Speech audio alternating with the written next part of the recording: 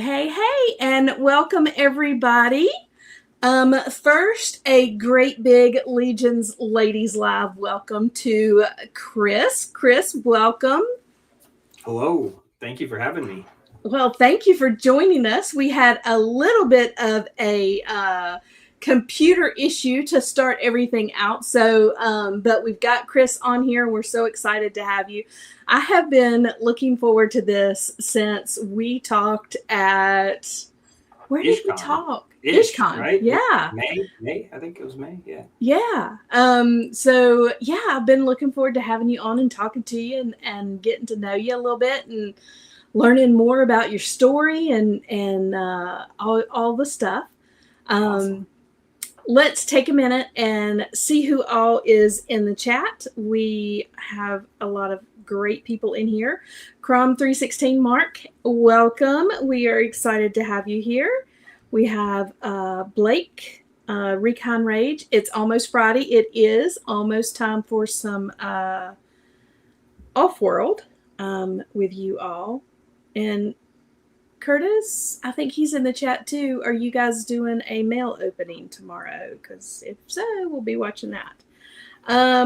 Of course, we have Jordan out here. Grindhouse gang. Hey, Jordan. There he is. I love it. Yeah. And then, hi, honey. This is my husband, Kevin. What up, Kevin? And then we have Twizzler19. Good evening. Curtis is in the house. Hey, Curtis. And his amazing wife, Darla. Hello. Jimmy. You know Jimmy. I do know Jimmy. He's done some. He's going to do some stuff for you. Done some stuff for me. We love Jimmy. Jimmy's the best.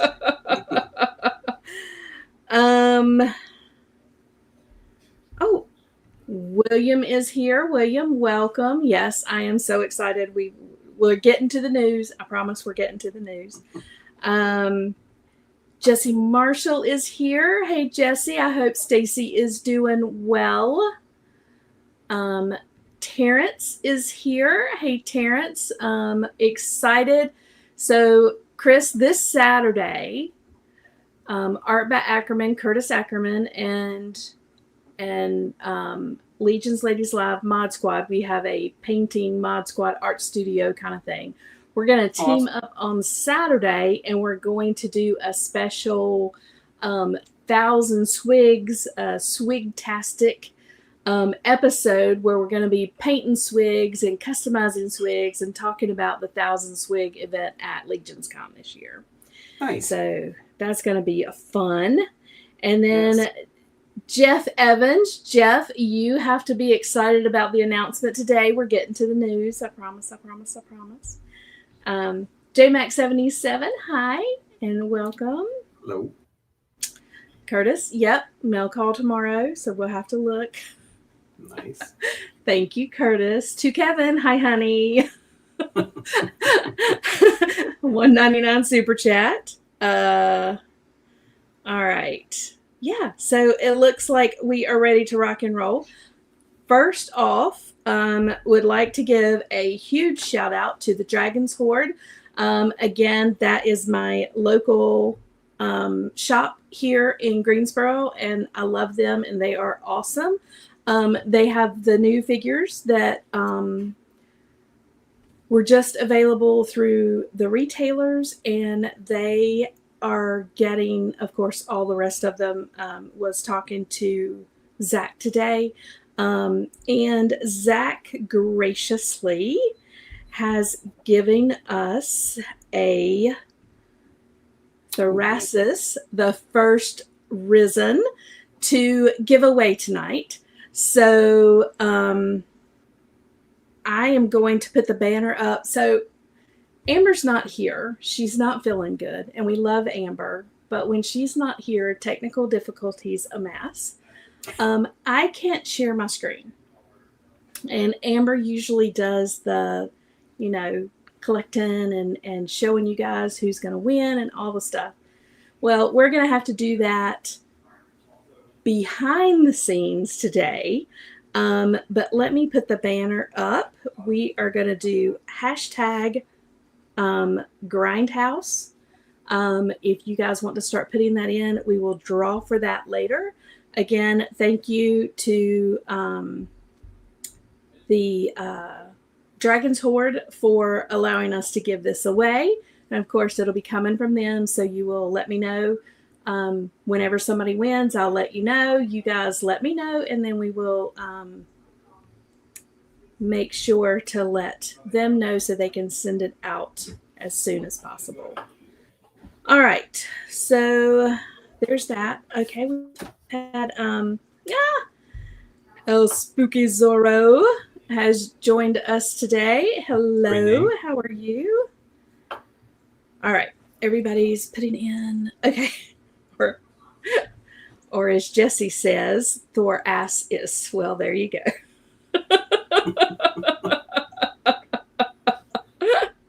Seems like Curtis. Yeah, you like it. All right. Let's talk some news. Now, Chris, we only go on every other week. Okay. So you have some news to go over. Yeah, we have a lot of news to go over. Yeah, no, it doesn't work that way on my MacBook, Curtis. I know. We've been trying. Kevin was up here for over an hour trying to get it to work. It doesn't work that way on my computer. I know. It's a MacBook. I know. I can't help either. I'm on the MacBook too. So. Yeah, it doesn't work that way for me. So, and it's an older model MacBook too, which may be something. I don't know. Because I'm an Apple girl, Curtis. I'm an Apple girl. And I'm going to die on that hill. Die on that hill. Okay. So, first of all, Silver Knights. Everybody should have their Silver Knight. Yeah. And then we just got notice today that Ox Crew all ends are shipping. That was a fantastic post to see today. They are still waiting on some of the singles in order to ship the singles, but the all-ins, they've hit the studio and turned around, and a bunch of them have already gone out. And I think I read that the rest of them should go out tomorrow. So yeah, that's fan-freaking-tastic. That's good.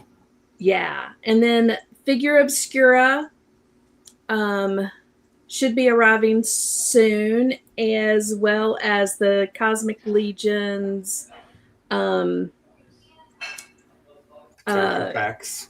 Yeah, the head packs are coming as well. And then let's see, we have the next Mythic Legions, Rising Suns. Sorry, yes. It lost me. Oh no, you're good. I'm excited for that wave. I didn't pre-order any, but I don't know. I like to pick, even though it costs me more. I like to just see them when I go to the show and grab them usually. But I'm excited just to do that when they fit. Well, and I love this. This is the one of the. It's not the first 1.0 female. They did that in Cosmic, but it is the first 1.0 female in Mythic. And they not only gave us the 1.0 female, but they also gave us the dwarf as well. So we've got a female dwarf and a female 1.0 figure.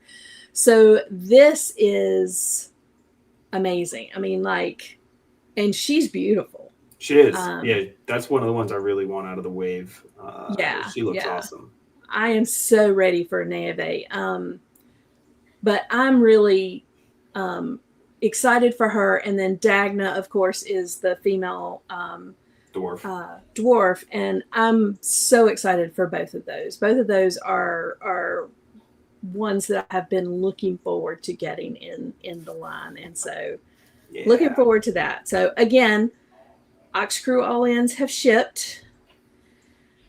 And then the Ox Crew Wave 2 Harrow something zone is shipping late Q4. The 2025 retailers shipping late 2005. Q4. Mythic Legion's Ashes of Agbendor, hoping to ship in first quarter 2006. Infinite Legions in first quarters 2006. And then the second, oh no, Bayathir 2006. Did you get a dragon, Chris? I did. Yeah. I wasn't sure, and I was like, do I need a dragon? No. But yes. Yes. What sold? I sold my wife on it by saying that I want to cover it in like zombies from World War Hell, and I think it would look hilarious because of the smaller scale. It'll make it even crazier looking and bigger. Oh, that is going to look like, I can't wait to see the photographs from that. Like, that's going to be awesome. I told my husband, I said, we're getting one if I have to hang that sucker from the ceiling. Yes. I mean, you can, so why not? I'm just hoping somebody figures out a way to hang it from the ceiling. Yes. I wonder how heavy it's going to be. It's going to be heavy. Yeah. I know it's going to be heavy because I just got my Rattler, my G.I. Joe Rattler, and I plan on hanging it from the ceiling because I'm like, where else do I put it? And it's got some heft, but it's not a dragon. It's not a dragon. Yeah. So. Yeah. I told Kevin, I said, whatever. If I'm going to hang it from the ceiling if I have to. If we don't have a place to put it, it's hanging from the ceiling. So, yeah. But, yeah, I got to figure out how to do that because, I don't know how. But I am excited to get it in. We got time to figure it out. That's the beauty. Yes. We got time. Somebody needs to come up with a way to hang that sucker from the ceiling. Mm-hmm. Somebody will. I know they will. Yeah. All right. Jersey Devil. Last call for the Jersey Devil. I believe Sunday, maybe? Saturday, Sunday? Sunday, the 14th. So the last day that you can get the Jersey Devil will be Sunday. Last call if it hasn't sold out already. And I didn't check that today, guys. Sorry. It's been a week. And then did you guys see the shirts? Oh, they're doing shirts? Nice. I saw the artwork. I didn't realize they were doing shirts too. That's cool. Yes. So David posted the shirts. I didn't get the actual pictures of the shirts on here, but David posted the shirts not too long ago. You guys go to Store Horseman to their apparel, and you can get, so each different character has its own shirt, but the coolest one is there's one shirt that has all 4 characters at the crossroads. Oh, that's cool. It's so cool. It looks so good. So yes, Store Horseman, go to the apparel and get your shirts for these guys. Oh my gosh, I'm so excited. Yeah, they look great. I love the look of all of that. Just like the dark kind of like dead around everything, just looks, it's really fun. Yeah. I'm so I talked to and I don't know if you know him, but Emil from Sweden. That does all the amazing customs? Right, yes. Yeah, I don't know him, but I've seen his work. It's so good. Yeah. So I talked to him last LegionsCon, I think. And he and I were sitting there talking, and I told him, I said, I want you to do me a fairy. You create it however you want to. And so I said, you do me a fairy. And so he kept texting me and going, what if, do you want this or do you want that? And I said, it's up to you. It's however you want it. I want your idea of what a fairy is. That's what I want. And so he created a fairy for me, and he posted it in the Cabal. And then, I don't know, a couple months later, this showed up in the Cabal with, they announced it for LegionsCon 2025. And this is very like those two fairies are going to look amazing together. They are like a match set. They are so perfect. Cool.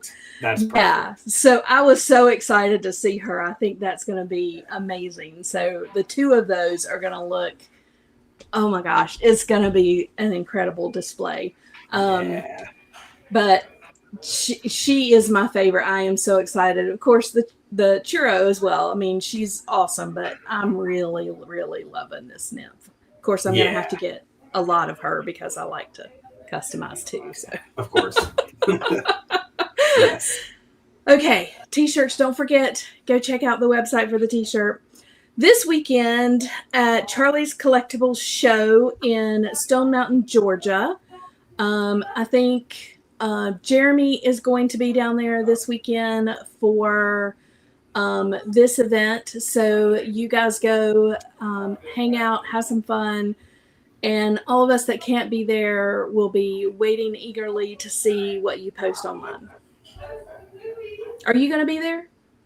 I will not. No. Okay. It's it's probably a good 7 hours probably for me. Okay. Well, you were down at Toylanta, right? I do. Yeah, I'll be at Joelanta. Okay. We'll see you there. Less than 2 weeks. Oh, you're gonna be at Toylanta too? Nice. Yeah. So I'm saving to go up there for that in 2 weeks, finish some stuff up.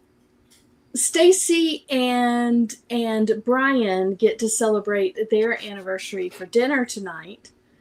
And I get to celebrate my anniversary with all of my best friends at Joelanta. Nice. That's a good time. That's a great time. Ooh, now we are getting to one of the biggest reveals ever. We have been waiting for Otho since the announcement at the last LegionsCon at the G-Con last year. And then to have, Gorthok added in to it was amazing. I am so excited for this. Guys, this Otho is next level amazing. Those face plates, so good. Yeah, and that helmet with the lion. Oh my gosh. Mm-hmm. Okay. Beautiful. I think I got it correctly. Somebody correct me in the chat if this is not the way it is. But you can order it on Monday at 11 a.m. as a 2-pack. $110 for both of them. They will ship together. They're in 2 separate packages. It's not like you're getting 2 in one package. 2 separate packages, but they will ship together, but you can only purchase them together. And you are limited to 2 for the first 24 hours. So you can get 2 2-packs. So 2 Othos, 2 Urzoks. Together, you can get those together. 2 of each would be $220 for both. And those you can order starting Monday at 11 o'clock. Then in a couple of weeks, they are going to put these up for pre-order. So once they sell out of what they have in stock, they are going to put them up for pre-order. Then you can purchase them individually, but you won't get them until sometime after the first of the year. It's a good way to do it, though. Get people to jump on it quick, and you get 2. That's cool. Yeah. So you can order the 2-pack even if you don't want both of them, just to have them in hand early. Mm-hmm. But then later you can order as many Urzoks as you want, or as many Othos as you want, just to have. So, but yeah, this is fan-freaking-tastic. And this Otho, I mean, just next level beautiful. Yeah, it's so good. And that new night body and everything, like, I've been messing around with some of that stuff now. I don't have a ton of them, but like, it's so good. It's just so awesome. And then to see the soft goods, even that helmet looks amazing. I know.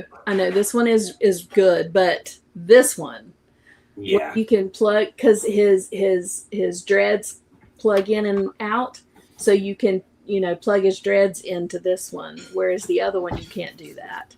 Yeah, it's so good. This is, oh my gosh, this is so good.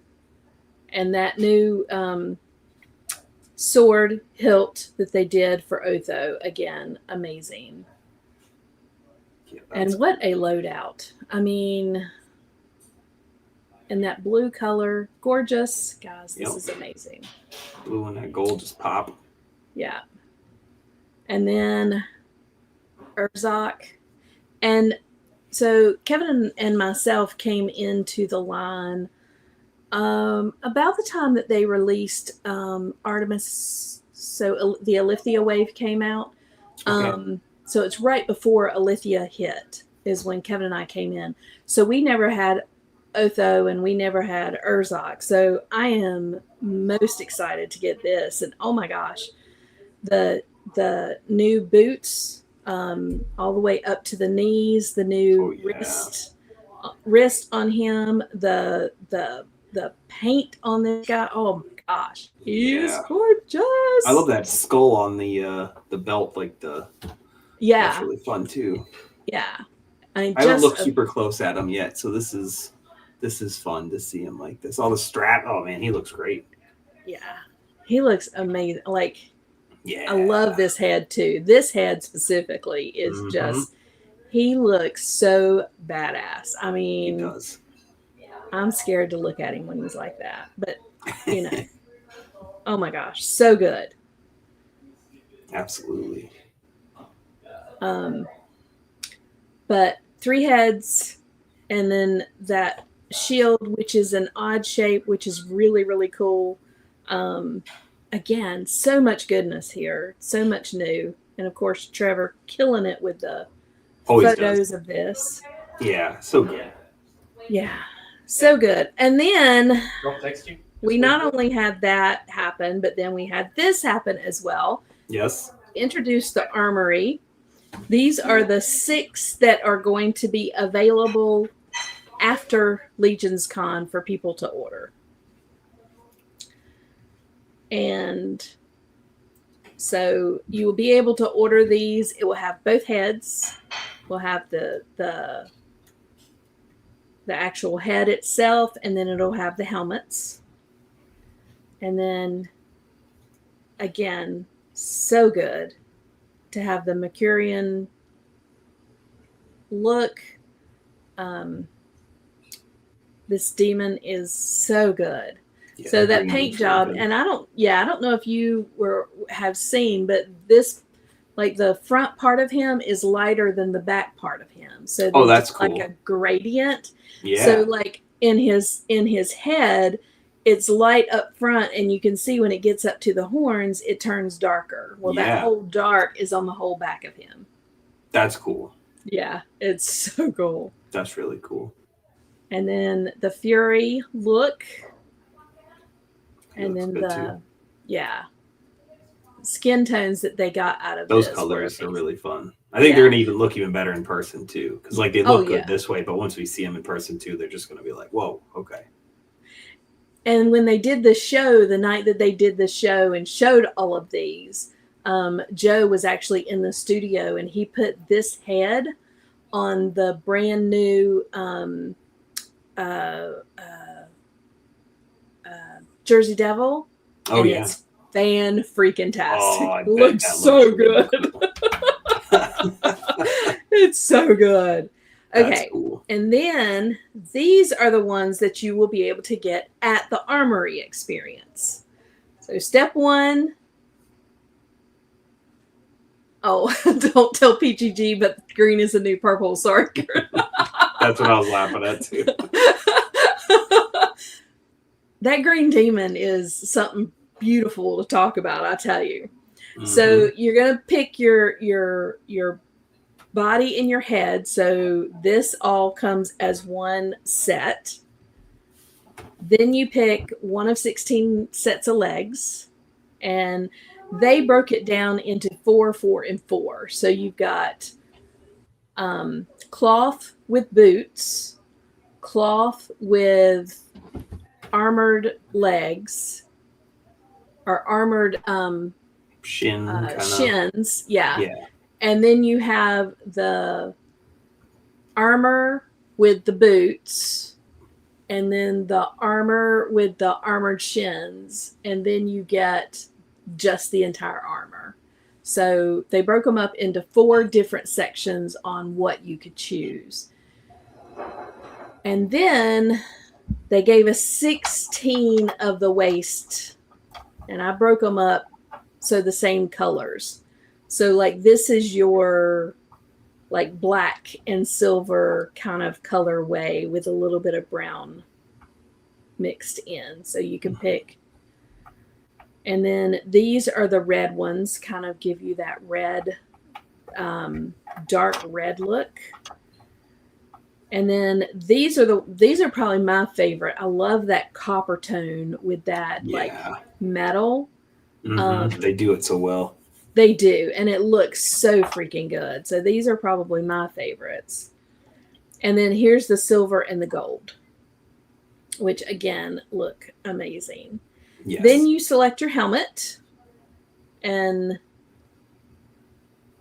I am such a Mercurian girl because those Mercurian helmets are my favorites. I love all 4 of those. Yeah, those are fun. Of course, I'm always painting a Mercurian, so yeah, that may have something to do about it. Then you get the weapons pack, and all of this is the same for everybody. And then the fun golden item at the end. That's cool. So, yeah, this is going to do this armory experience. This will be fun. I'm definitely have to jump in there. I know. We're going to get to lead because this is going to be fun. Okay, you guys are still, if you're new, I can't share my screen. We are going to draw for a Thrasis. You won't be able to see it, but I swear I will tell you who comes up. I'm not going to lie to you.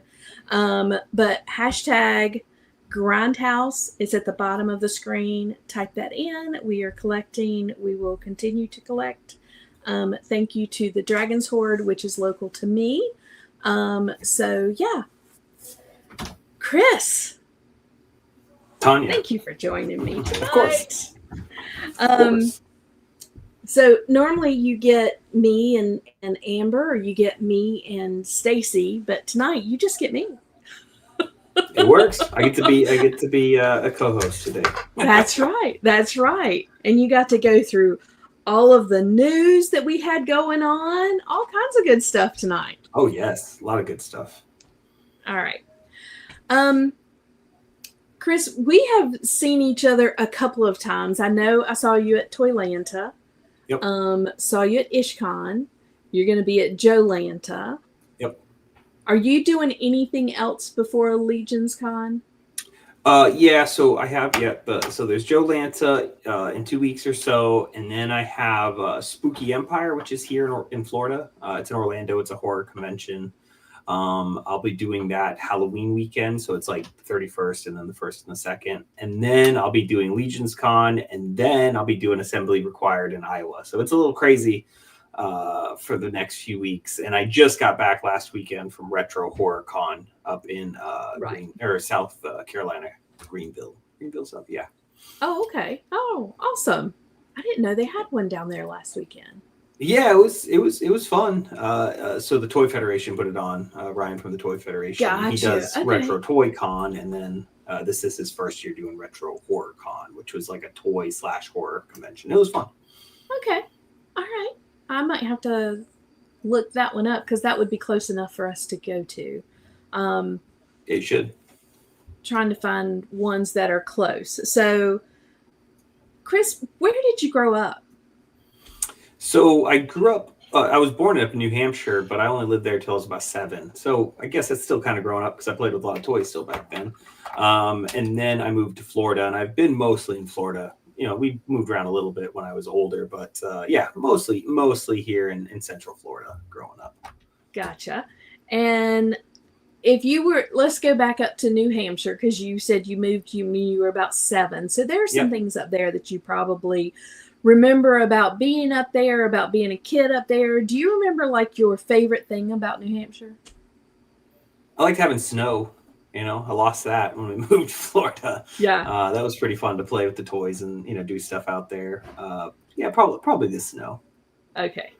And then when you moved to Florida, what has been like your favorite as a kid? What was one of your favorite things about living in Florida? Probably being able to go to like the theme parks and stuff like that, you know, and you know, hitting like Universal, and we did Disney here and there, but the Universal is always the thing, and which has been cool because now I can bring my kids and I go, you know, now, which is pretty cool. So kind of keep that tradition alive. Yeah, that's awesome. That is fantastic. Do you have siblings? I do. I have a sister. She lives in California. So Oh, wow. other side of the country, but we still talk. She makes all my shirts for me, so it's pretty cool. So she gets to do that for all the Grindhouse shirts and stuff like that. So we work on that together, which is pretty cool. That is awesome. So does she do Yeah. that for a living then? Is that something, or is that just a hobby she has that she helps Oh, you it's a out? little bit. I mean, she does it here and there. She has like a full-on direct-to-garment printer, so it's like the real deal. Wow. But they run a like auto shop, her and her husband, and so they Okay. do like, you know, work on cars and stuff. So she'll just take orders here and there, which is nice that she does that. So she'll do like, you know, shirts here and there for Yeah. people. But like I always try to, you know, work on as many as I'm hoping to have some shirts by Joe Lanta. So we're working on that right now. Fantastic.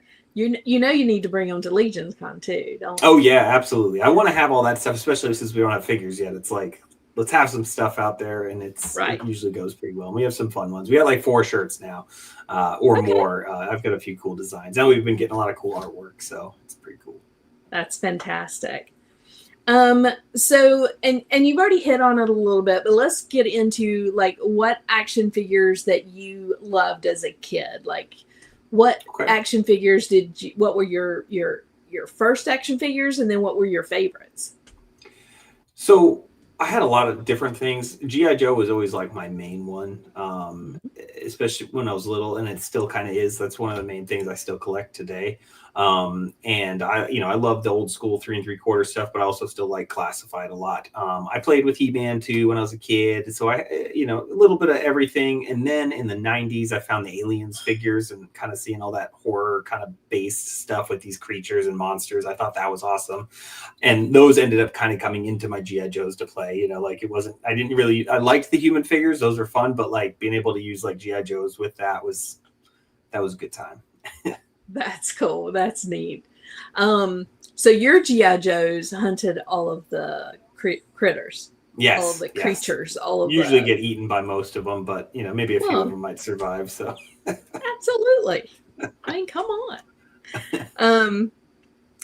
Do you have any of the figures that you collected as a kid? Do you have any of those still? oh yeah. So I have a decent amount of stuff from when I was a kid. I ended up selling all my Joes. I don't know why. They were all junk anyways by that point. You know, when I got rid of them, I got rid of them probably in like, I don't know, I want to say like mid 2000s, somewhere in there. And I shouldn't have gotten rid of my Joes, but I kept a lot of stuff. So I still have some kind of Joes. The Sergeant Savage are a little bigger, but they're still GI Joe. I still have some of those from when I was a kid. I have some X-Men stuff. I have some of my Alien figures, which is cool that I still have some of those. They're on display, and then I have repurchased stuff now too. Right. Yeah. So stuff I did have as a kid, I might not have that original one, but I have replaced it since. Gotcha. Yeah. So when you were growing up, like what cartoons did you watch, or what TV shows were you into as a kid? Really, like I remember getting GI Joe the movie, the cartoon VHS for Easter one year, and so like I didn't watch the show as much, but that movie was kind of just constant, you know, like because you know, even still, like with how Grindhouse works with my toys now, is all tapes because of that kind of connection. I always had like a lot of VHS tapes as a kid, watch those movies and cartoons like that. But yeah, the GI Joe the movie was on a good amount of time. I used to watch Dick Tracy a lot, the movie. Winnie the Pooh when I was real little, I remember that still, which is going in over and over again on the tape. But yeah, a few of those. That's awesome. Were you into like comics, or did you read? I have down here fantasy, but you're more into horror. So did you read any of those kind of books or anything growing up? Yeah. Like I was big into the comic books for sure. Again, G.I. Joe again, but I was a big Punisher fan. I got a lot of Punisher on me. I was a big Frank Castle fan in the 90s, especially, you know, with those comics and stuff like that. Yeah. And but I still liked fantasy as well, you know, like you know, it's not books or comics, but like I used to love like I loved Conan the Barbarian, the original, Right. you know, Yeah. or Willow, or Yeah. you know, some of that dark fantasy stuff. It's always funny when you watch that stuff now and you're like, man, I was watching some of this stuff as a kid, you know, it's pretty dark. But yeah, big into a lot of that. And even still, like there was a lot of Aliens books I used to read because I was always like wanting more since we didn't have much. And after the second movie, it was all just downhill. So I was trying to like find cool stuff. I like that. After the second movie, it was all downhill. Yeah, all downhill. I love it.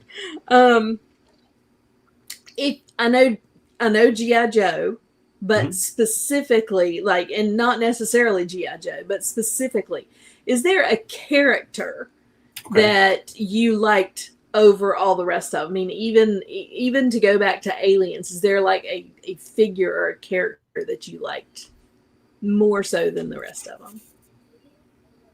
Like if we're are we talking character or figure? So there could be. So let's go character and then let's go figure. Okay. Character again. It probably was always just I don't know what happened. I remember it was sometime early '90s. My mom bought me a bunch of comics because my dad was a truck driver, and so I was going on like the road with him for a little while for like the summer or something for like a few weeks. I don't remember. Right. But she got me like a whole stack of Punisher comics. And I think that's when I really just kind of fell in love with the whole idea, especially because I was into the whole soldier kind of thing anyways. So then to see this guy, you know, not being Spider-Man or Batman, you know, just fighting with guns. And I was just like, what's this? You know, this is crazy. And so Punisher always pretty much stood out to me with that. But I never really had any good Punisher figures. You know, I remember getting one from the Amazing Spider-Man like cartoon series. They did a figure. And I remember it's funny that I remember this. I was probably like under 10, but I got this figure, opened it up, and it kind of sucked. The knife wouldn't stay in the sheath. It just wasn't great. And I remember returning it and being like, this sucks, and telling the lady, and she let me take it back and switch it for a different toy. So I never really had any good Punishers. But figures, yeah, my guy was Lieutenant Falcon was probably my all-time favorite figure, and I busted him up so much. He was one of the coolest G.I. Joes because he was in full camo. He looked like a Green Beret. He was a Green Beret. But yeah, his thumbs were gone. His crotch was gone. You know, those things broke all the time. And so I remember getting so excited when I found another one, I think at a flea market. And I was like, oh, I got to get this. I got to get this. And so I replaced my Falcon. He ended up lasting a long time before his stuff broke, but it still broke later. Yeah. That's funny. Have you since gotten a really good Punisher figure? Have they come out with one that you like? Yeah, they've come out with a lot of really good ones now, and I have too many, I think. I was looking at them the other day. I was like, wow, like look at all these Marvel Legends, and they're cool. And I have some 12-inch ones, which are really cool, and some statues, and you know, that was one of the first actually figures I painted. Well, I had painted stuff back in the day, but one of the first ones that I really wanted to mess with, I got a knockoff Mezco because the Mezco was still already real expensive, and it is still right now. And I got a knockoff off eBay, and I got it, and I put like blood for the blood god all over him and made him look all crazy. And it was fun. I still got them over there displayed. So that's awesome. That's amazing. Did you and you've already talked about like customizing, painting, doing all of that, and I'm not sure when in the timeline that happened, but were you into art as a kid? I mean, I know comic books, but did you draw? Did you do okay.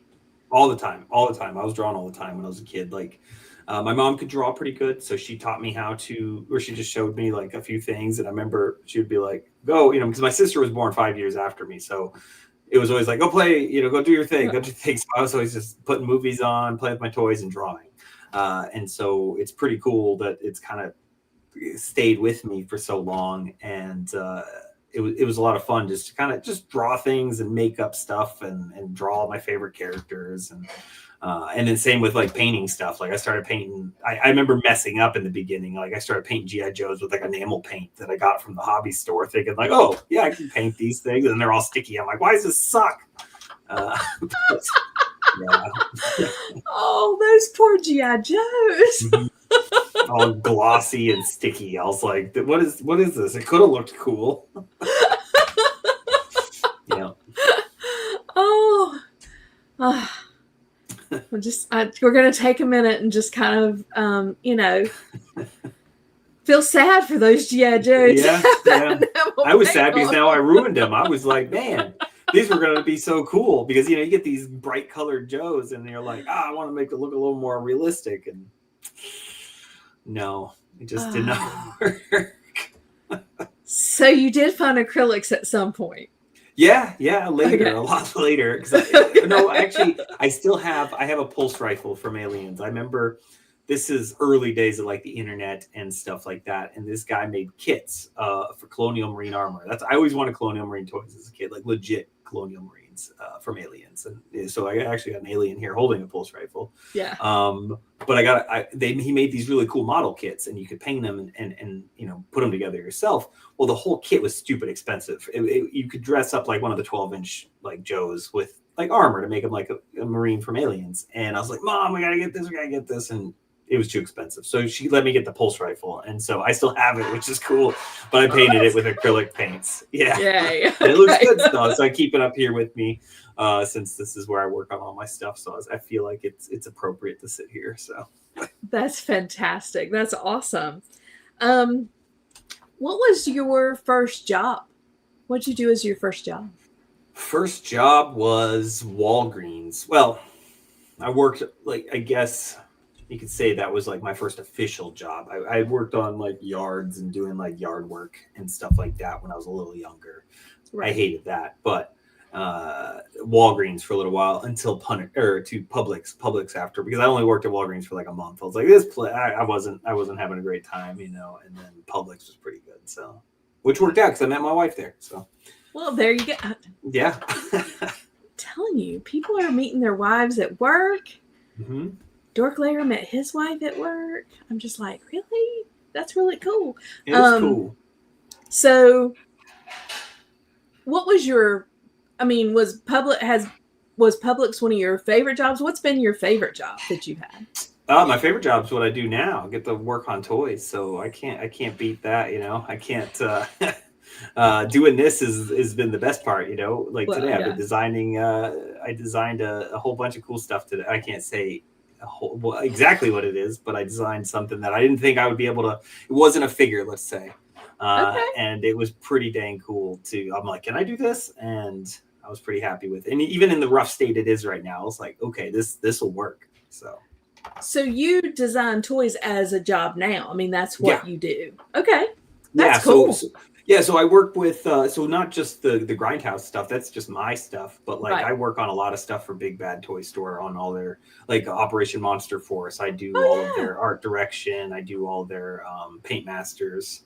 And I do a lot of paint masters for a bunch of other toy lines and stuff like that. So I can't pass this up as nothing is better than this so far. So you got the dream job, let me tell you. There will be a lot of people that want your job for sure. That is fantastic.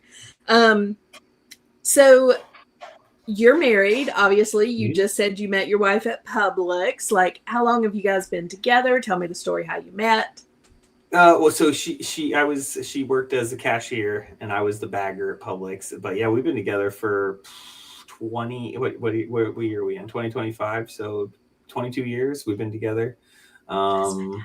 Yeah, we've been married for 20 or almost next year will be 20 years. So 19 years right now, which is crazy. So how did you talk her into marrying you? I don't know. I don't know how she still is married to me. We were just kids and we were just like, let's do this and let's make it work. We ended up getting married actually at the courthouse, which was pretty funny in Tennessee. We had an actual wedding, months later when we were here in Florida with family and stuff like that. But it's been good. She puts up with me. She was at IshCon. She was running the booth when I was wandering around a lot of the time, and she wants to start traveling with me more and going to these shows, which is cool. That's awesome. So what does she do? So she pretty much works with me with stuff like that. Okay. Like I even put her to work on painting now, which has been pretty cool. That's awesome. Yeah, she's been learning how to do it, and she's getting pretty good at it. And it's nice to have that help when I take on way too many jobs and stuff like that. And yeah. So is she coming to LegionsCon with you? She is not. She's not doing Legions, unfortunately. Yeah, hopefully. So our kids are about to, like, my son's graduating high school this year, and then my daughter's a junior. So that's pretty much swamped with all of that. So like with the kids and all of that. Yeah. So in the next 2 years, she'll be with me pretty much all the time. So my son left his junior year, and I got the letter in the mail right after they left school stating that he had his senior pictures coming up in July. Yeah. And from July all the way through him graduating, I think I cried every day of his senior year. Oh no. Yeah, it's tough. It's really tough. My son, he has a job interview tomorrow, and I'm just like, when did this happen? Like, when did this? How did yeah. How did this come about? But yeah, I remember that so well, and he's 24 now. But I just, it was crazy. I mean, I was like, I can't, because he played sports. So I was at the school. I was part of the athletic group or whatever. And so I was a team mom. I was there to feed them. I was there I did the spirit wear. I was there to sell that for every game. I was doing this. I was doing all that. All the time. And it's like, when he graduated, like I went from having too much to do to having absolutely nothing to do. Is that when the legions started happening and the painting? And no. I was a preschool teacher, so okay. I taught 2-year-olds in preschool for 12 years. While Logan was in school, I was doing the preschool teacher thing so that I could, after school, I could go to his school and help out, volunteer, do all the stuff. Yeah. So I taught preschool for 12 years. And that was my kind of creative thing, because I created my own curriculum. I created all our crafts. I created all the stuff. That's awesome. It wasn't until I left being a preschool teacher that creative juices, like, they were gone. And I didn't have any, I still crocheted and did knitting, but like, it wasn't, I didn't have that creative kind of outlet the way that I had before. I was creating all the time at school. And then when my husband, and I've never collected figures. I've never, you weren't into it at all. Right. I read comic books with my husband. I followed him around comic book shows. I followed him around toy shows. I have been to all of those. I have walked behind him. I have graciously carried stuff that needed to be carried so he could look through things. I have done all of that. But I've never collected anything. Yeah. And then he showed me a picture of Artemis version 2 on Alder the Moose. Oh, that's awesome. And that sold you right there. And I'm like, I'm in. I gotta have that. I love it. He was like, are you kidding? I'm like, no, she's on a moose. And she's still on a moose. That's great. She sits up there on a moose. She should be. That moose is great too. So oh my gosh. Fantastic. I was like, they did a freaking moose. Mm-hmm. And he's like, yeah, isn't that cool? And I have been all in since. So we started going to LegionsCon in 2022. Okay. And I've been to every LegionsCon since. Nice. But it was this past February, this year was a year. So a year ago in February is when I painted my first figure. Oh wow! So you haven't been doing it very long at all. That's great. No, I've a very, very short time. But I love it, and it gives me a creative outlet that I never knew I needed. So it's fantastic, and I love every part of it. And I mean, and this is just,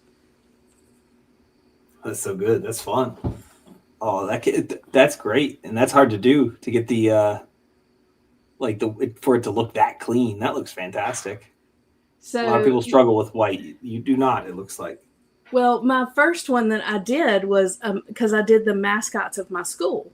Yeah. And every single one of them was in white. I mean, the mascots are white. I mean, they're generally mostly white. There's a lot of white, yeah. Yeah. Thank you to Curtis for introducing me to So Flat Titanium White, which is why I can do white now, is because it actually covers as white. But yeah, I mean, I've had the most fun, really. I mean, I finished this. That looks great. He needs to be put together. But, I've worked and the Mercurian and all the stuff, but fairies and female knights with wings, which that's one of the ones that I'm working on now. And I did, pixies and all kinds of, so I love it, and it allows me to be creative, and it has been one of the most fun things that I could do. So that's perfect. Yeah. So this has given me a creative outlet, which is why I got in. Well, I started collecting them, but then Legion's Lady, everywhere I looked, I was on YouTube. I was on everywhere. Nobody had women on. No, Nobody. You're right. Yeah. And women weren't, talking about the legions. They weren't having, and finally I was like, we need to give women a voice. Absolutely. And so I started Legion's Ladies Live, and we've been going ever since. That's awesome. That's something to be proud of. That's cool. Yeah. You've been painting and you got the show going. That's fantastic. But now I need to talk to your wife. I know. I mean, come on. She's painting. She's helping you out. She's doing stuff. I need to talk to her, obviously. You do. So we're going to talk at LegionsCon. I'm going to get her contact information. She's going to come on the show. Okay. All right. Yeah, got to do that. So outside of your job, outside of toys, do you have any hobbies or anything that you really like to do?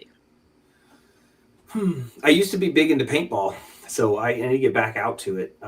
It's getting tougher just because after COVID it got harder to get everybody together. But yes, right. I started playing MagFed paintball in 2015, and that went strong. That was big. I played all over the country, and then even in Sweden at one point, which was awesome. Yeah, it was nuts. Awesome. It was super cool. And so it got real big with that, which was really fun. Which is a sidebar for a second, but it's related. So there's a company, I don't know if you know who Carson is from 3D Joe's. So he does, like all the big books and all this stuff. And so he has a toy line named Operation Recall, where it's all the old school creators working on that. Well, one of my concepts was picked for the line in series 1, and they're called the Dark Reapers now, but it's me and my paintball gear, so it's kind of crazy. That's cool. Yeah, so it's really cool to have that as part of, and it was one of the even cooler things was I found that out the same week I found out I was working on Monster Force, so it was like the perfect kind of all of that at the same time. But yeah, paintball is fun, and I want to get back out there. My daughter likes to play with me, and my son sometimes, and so I want to get back going with that again. Just now that it's the time, of course, but just try to get everybody back together. But it's a good release and get out there into the moving, and it's good exercise, and it's just such a great time. Yeah, that is fantastic. My son played paintball some. Got into it a little bit, but not a whole lot. But yeah, I've sat out there and watched them play paintball for hours and hours on end. Yeah, it's so fun. It's like being a little kid again, right there. Playing out in the woods and exactly. So I love it. Exactly. Curtis, he says, "Call BS. We had women on. Yes, I know you had Amber on. I don't know who else you had on, but I know Amber was one of the ones that came on, and definitely harder to find them 2 years ago though. Yeah. So, and it took a woman or a couple of women to get online to start doing this for other women to be like, oh yeah, I can get online, Yeah.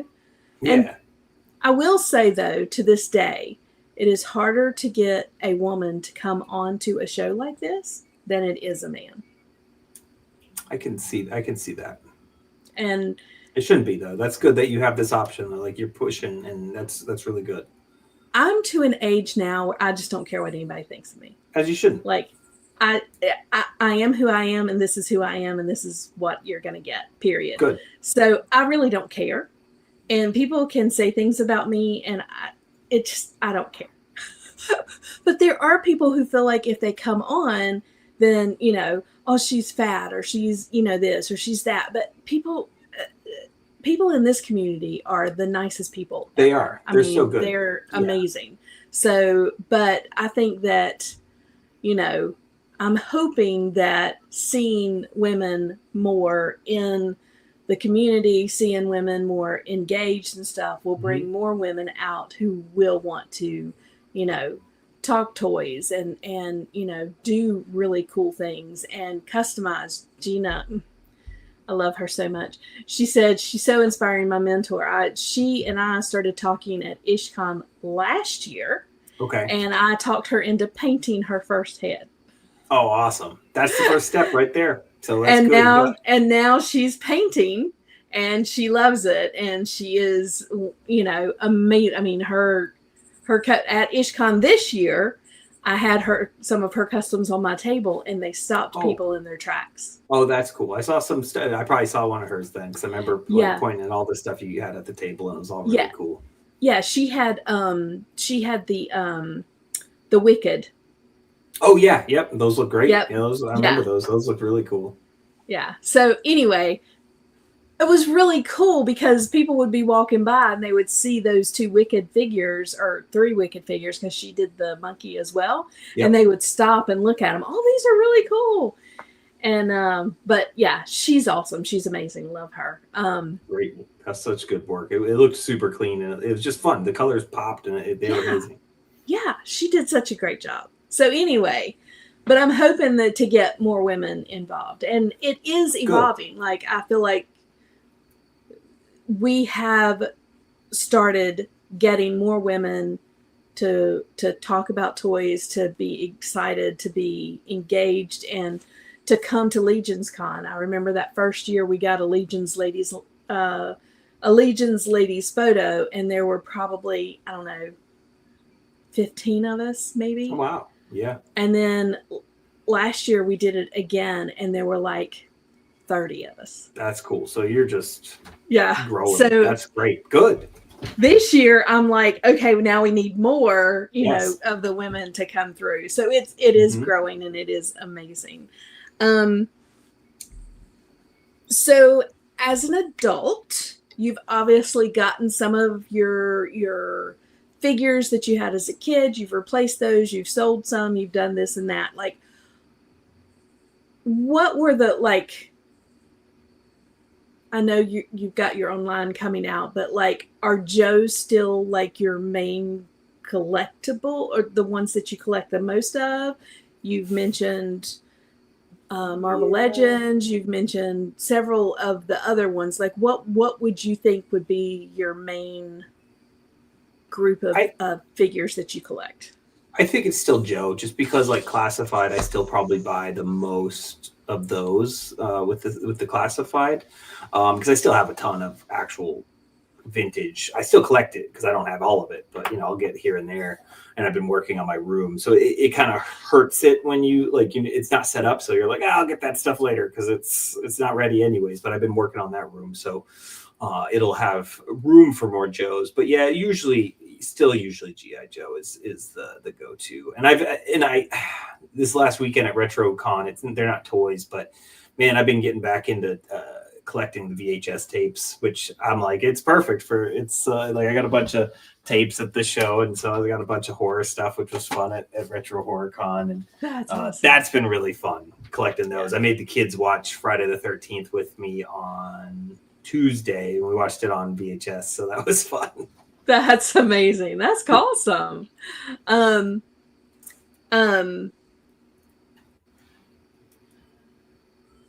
Where did your love of horror come? I know you said aliens. What are there other ones that had a big influence on you to turn you to love that genre? Well, my mom was always big into all of that too, so that helped a lot. So she always showed us like different things. Halloween was big for us growing up, and it still is now. I've shown the kids like that, and they both love that as well. But yeah, lots of movies like Aliens. I loved Tales from the Crypt when I was a kid, and even just some of the stuff from like that was on TV was so fun. Even some of the like reading the Goosebumps books or watching some of those, when you're younger and stuff like that. When I was younger, but like I don't know anything once getting into all of that stuff, like the gory stuff. Like I remember the first time watching like the Evil Dead movies, and I was just like, yes, this is what I've been waiting for my whole life, and just the campiness and the over the top gore, but also silly, and I was just that's probably one of my all-time favorites is Evil Dead 2, which I watched again last night actually. Oh, that's cool. That's neat. So you creating for others, decided to create your own toy line. Like, yes. What made you want to do this, and where did that thought come from, and how did it come together? Well, I always wanted to do something, and I always thought like, okay, I can do this. And so I was enjoying working with other people on things, but like, I don't like to be told what to do. I'm still a little kid, I think. And so like, you probably know this, when you're painting something, you're customizing something. You don't want to do it how anybody else tells you. You want to do it how you think, and what looks good. And so that kind of really was kind of the catalyst. And I was actually one of my main characters in the like one of the main heroes in World War Hell is Sergeant Graves. I was in my head, I was going to pitch it as a character for Monster Force. I was like, oh, this would be cool. World War II era soldiers kind of come back through time, kind of Captain America-esque, stuff like that. And then I was like, no, I like this too much. And then I was like, wait, I want to make my own line. And it just kind of started, which is crazy because I started working on it back in May of last year. So it really wasn't even like, that wasn't very long at all. We've only like a year and a half maybe since then. And I've come up with, I think we have 13 things through what we have with characters and accessory packs and stuff like that. And I have like a ton more characters, and it's so satisfying. Like how you're saying how you love painting, and I had found that too, but now just creating characters and designing and coming up with lore and like, why is this way? And just building a whole world is just so fun. That is awesome. That is so fun. Curtis, it's spacey things. Yeah, spacey things. There you go. Spacey things.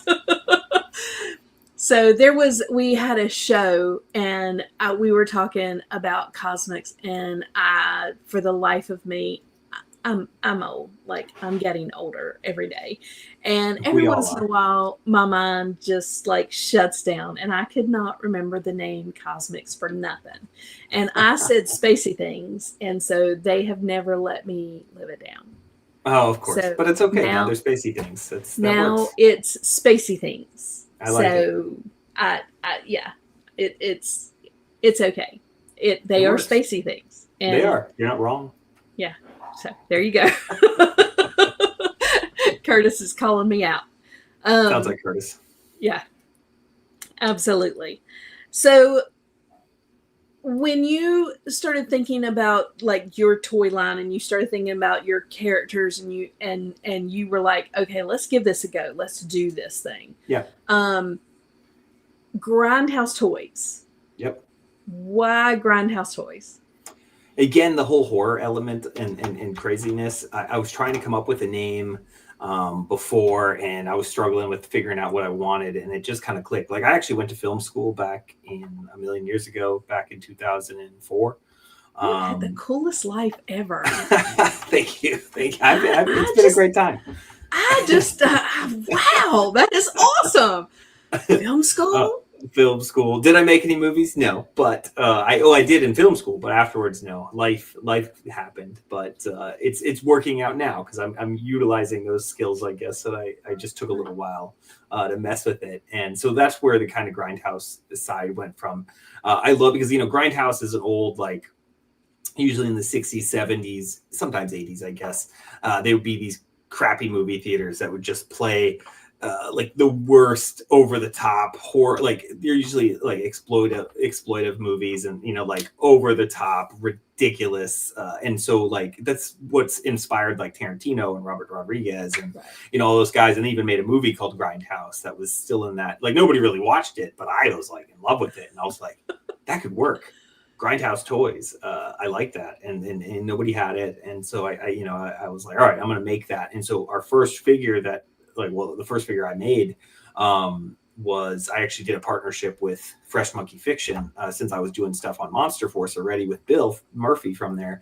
And so I utilized some of the parts library of Eagle Force, which are their 4-inch figures. And I made a Create a Cobra homage, which is, I thought it was hilarious that it was a soldier in bright pink. And he has this bright pink and a yellow visor on his helmet and like almost like a pastel blue grenades. And so it was the most ridiculous G.I. Joe from the 90s. And it's a very rare figure.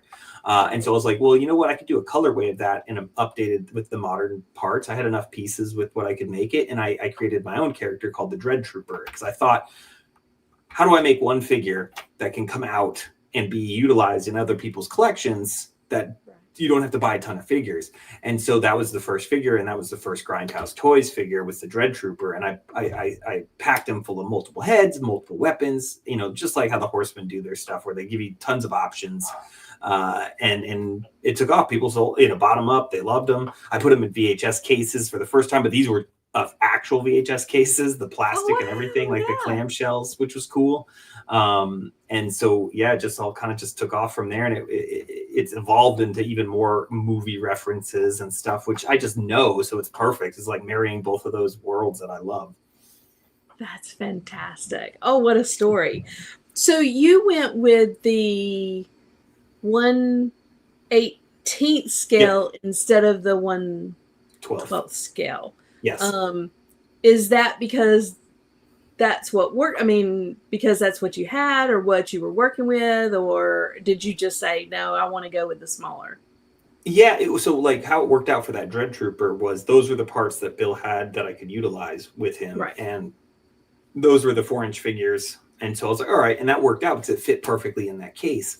And then my next figure was same parts again. I made a figure called Necromancer. It's this guy right here. And this was really fun, but this one actually came in a full-on box, and you see him in there. If you can kind of. That's fantastic. Yeah. So packaging came out really cool, and so I really liked how this worked. But again, it was that 4-inch 1/18th, but like a modern style figure. And then when I was like with World War Hell, I'm like, am I going to go that direction still? And I was like, no, let's go O-rings. Same scale, actually a little smaller. But I was like, if this is an old VHS case, it needs to be an O-ring figure. It needs to be like a figure like it came out of the 80s, but just updated. Right. And being that small works perfectly for the packaging. And it also works for space because, the Mythic Legions and like the G.I. Joe Classifieds, all that stuff just takes up so much space. I love them, but they take up a lot of space, and I want to do vehicles. So I don't want to just, do figures. I want to do some fun stuff too. And so it really just fit the aesthetic.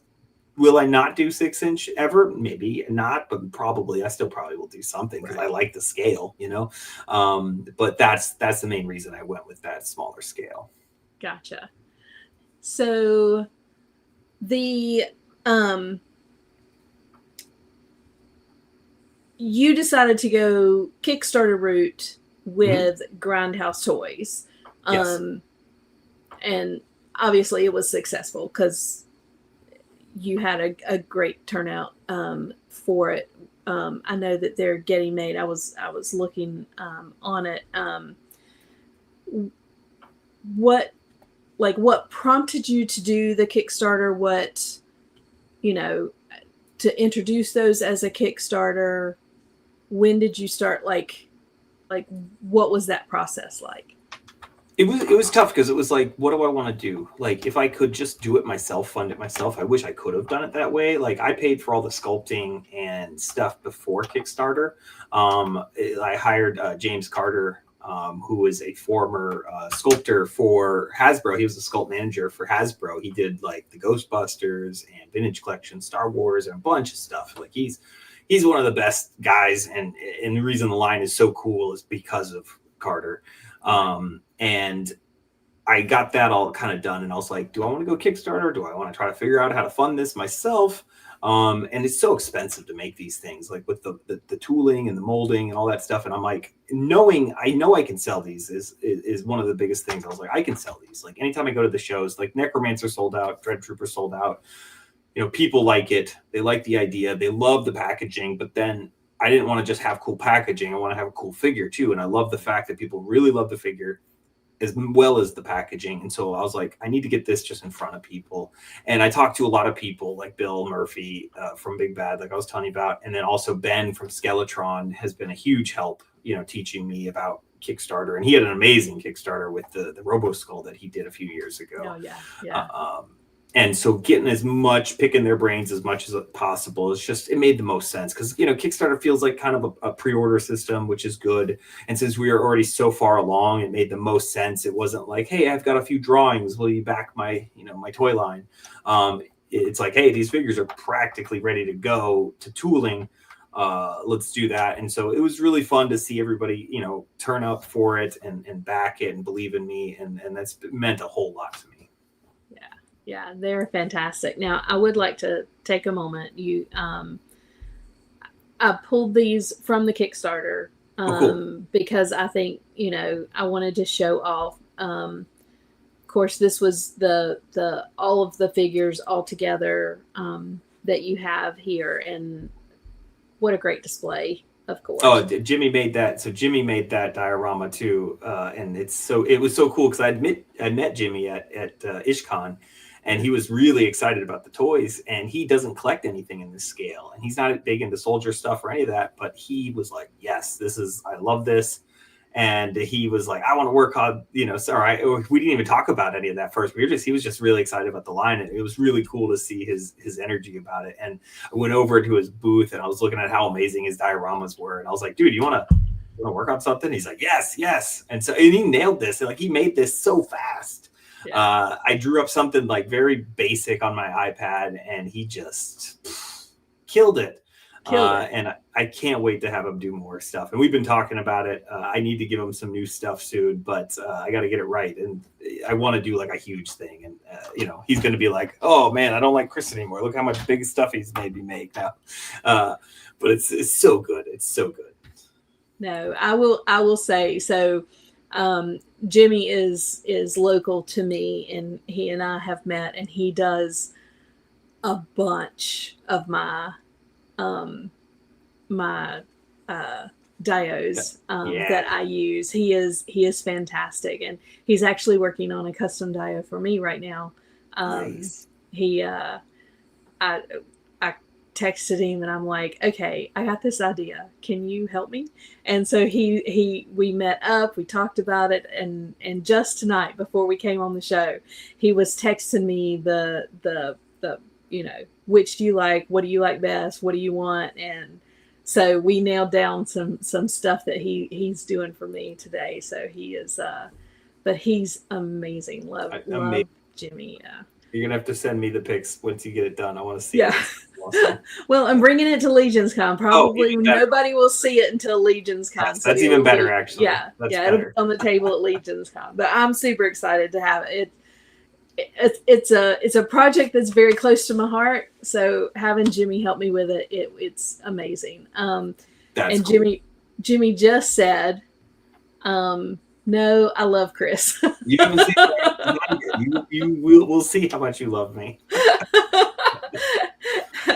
and new to Big Mythic, proud to be an excited backer. Yeah. Awesome. Thank you so much. Yep. So great.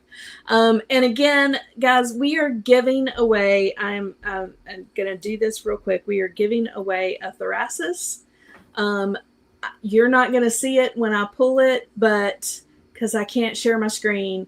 But Thrasis,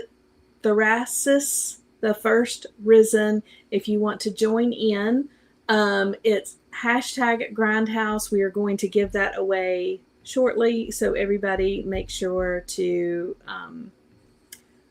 do that real quick. Got a few more minutes, but we're going to give it away soon. Okay, so let's get back to this because I did want to show. So this is the first thing that I saw on the Kickstarter was this character, Corpse. Yep. This packaging is unfreaking like, I feel like I have just walked into the store and like this has been rented out 100 times. Yes. And then they're just now fixing to sell it and get it out of there so they can get new ones in.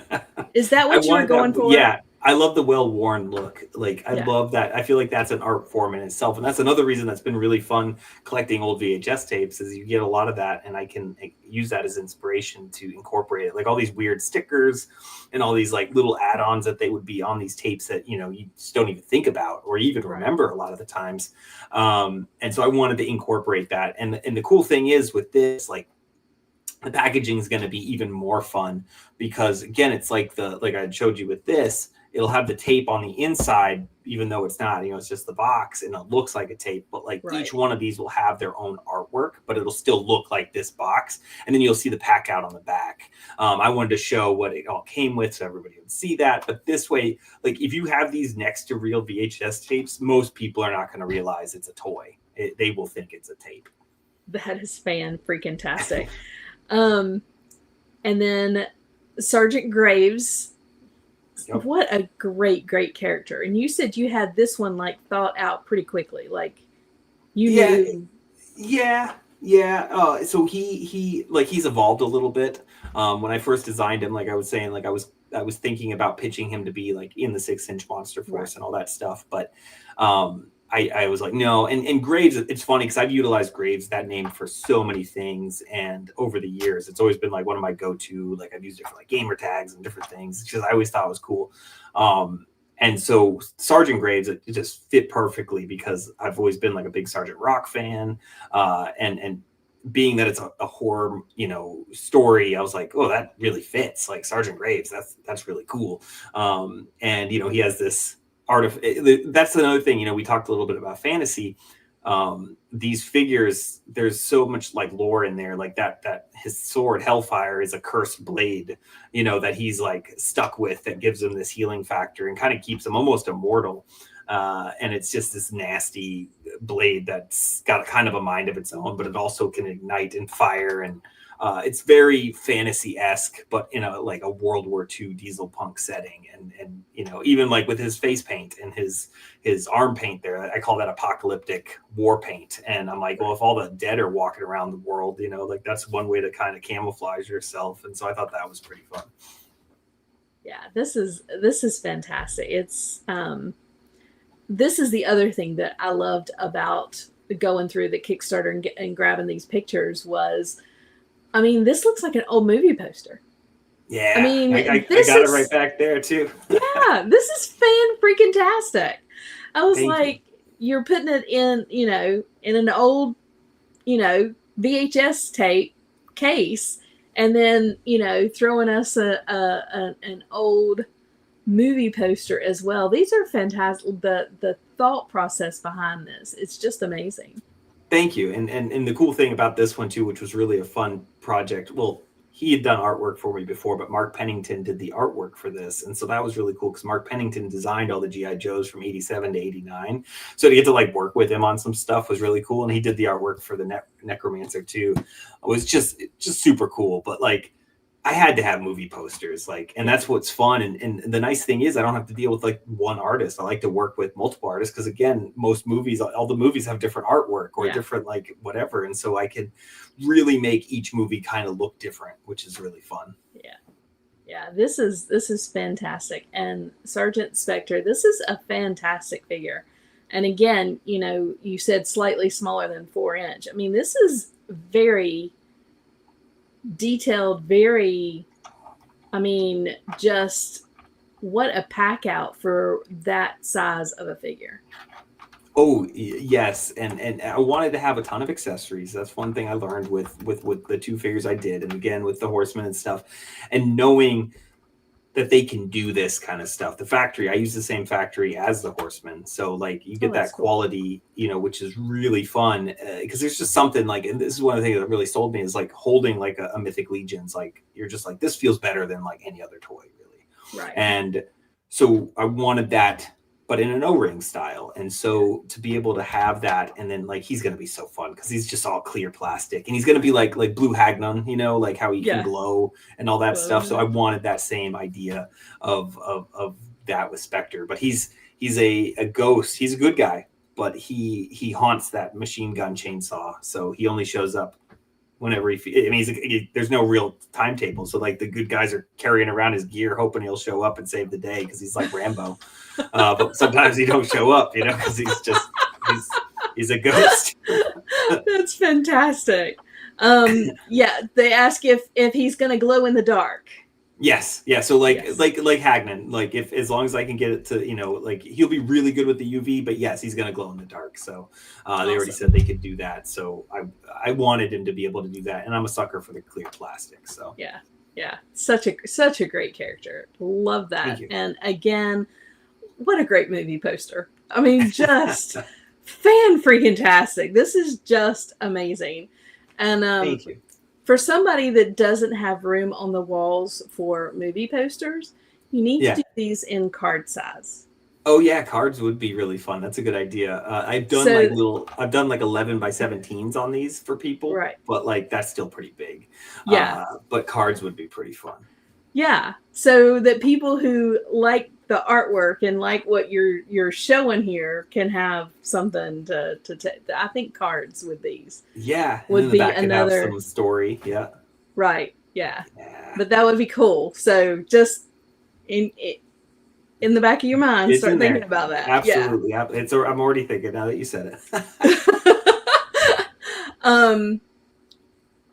And again, all the ones that we're showing here are ones that are unlocked. Is that correct? Yes. Yes. Okay. Yeah. Okay. And we unlocked everything on the Kickstarter besides what I hadn't shown, which there's going to be other things for that. So. Right. Okay. Cerberus, is that? Cerberus. Okay. Yep. Cerberus. So Cerberus is the three-headed dog that guards the gates of hell. You know, in mythology and all that stuff. Mm-hmm. You know, think Fluffy and like Harry Potter and all that stuff. Yeah. And you know, I thought it would be fun to make that the good guy like organization that's trying to stop all of this. And so, and especially as like a military force, I thought that would be pretty fun having a three-headed dog because you got land, air, sea. And so you can kind of hit it from all different angles. And yeah, so that's Cerberus. These are our kind of good guy troop builders. They're just they're kind of the cannon fodder, you know, the guys getting tore up by all the zombies and demons. So. Gotcha. Yeah, Rob said, do them in that old school flocked black light posters. That's fantastic. Yeah, the Spectre would be amazing in that. Yeah, that would be cool. I like that. And Rob, now you're speaking my lingo. So that's that's perfect. Yeah, Greg said, "Good idea, Rob." There. It sounds like there's some that are on the fence for that one. Okay, and this is just an army builder, I'm guessing. Yes. This was just, again, that was another thing when I was a kid too. Green Army Men were really fun. You know, like the little tiny Green Army Men.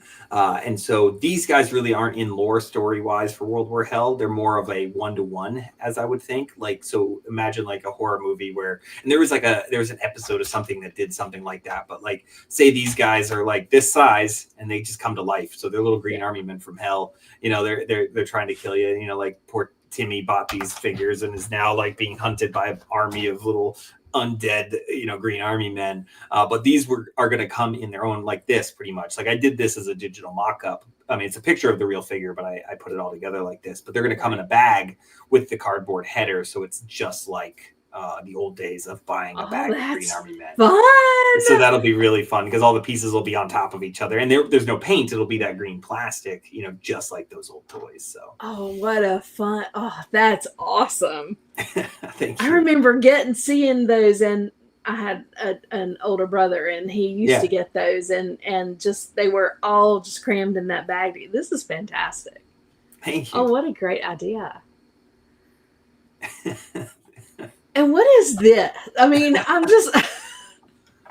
So these are my decapitators. I wanted something really creepy, really kind of nasty looking. And so these are like almost like little spider creatures, but they got 6 legs.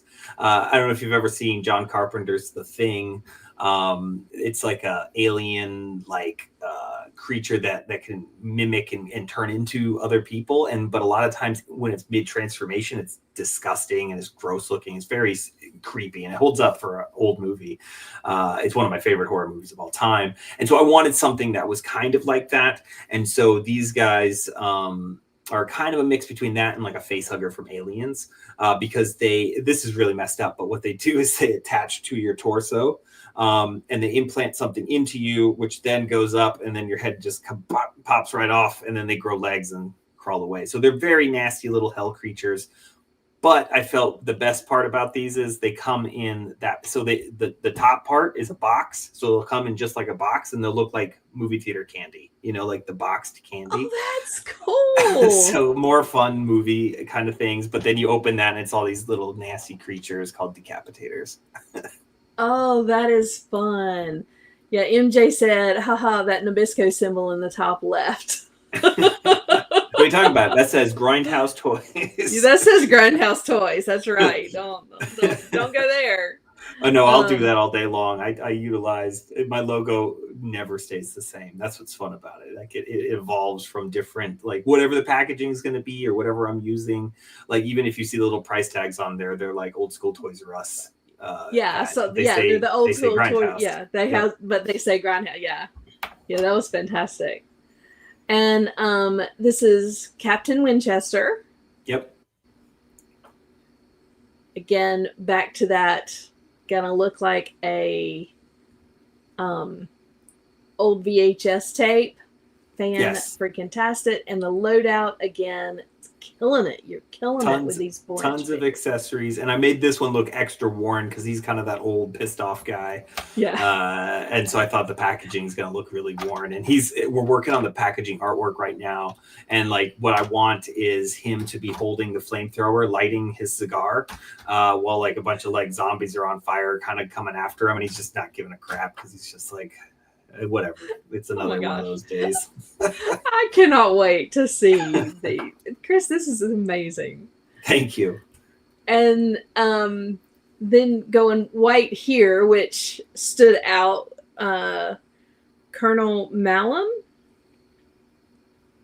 Yep. Colonel Malum, you got it. So he's the big kind of bad of the line. He's the Cobra Commander, or the main villain who starts all of this, and he's a sadistic guy, and he has the Book of the Dead that he totes around. I don't show it here, but he's gonna come with 2 of them. One's closed, one's open, and he's cool. One who it's a fun thing. It's something we did on Monster Force 2, and I thought that was awesome, so I utilized that idea. And the book has like faces all sewn together on it, and he actually cuts his own face off to summon this demon into our realm, starts all this bad stuff.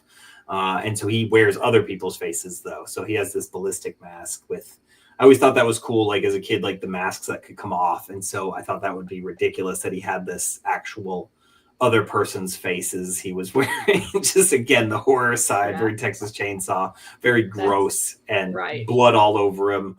And a little bit of fun with this crazy dude. And my favorite part is you put him in a white background with a white case, whereas white generally means good guy. Yes. Yes. And this is the big bad evil. Which I thought would be fun. And the fun thing is like the white is it harkens back to, there was a character in Action Force called Baron Ironblood, and he had a white uniform with like a red chest part, and he wore this big goofy like stovetop helmet, and it was like a skull and crossbones and all this stuff. And I always thought that was pretty cool looking. He was kind of like the UK's version of Cobra Commander because it was like their G.I. Joe.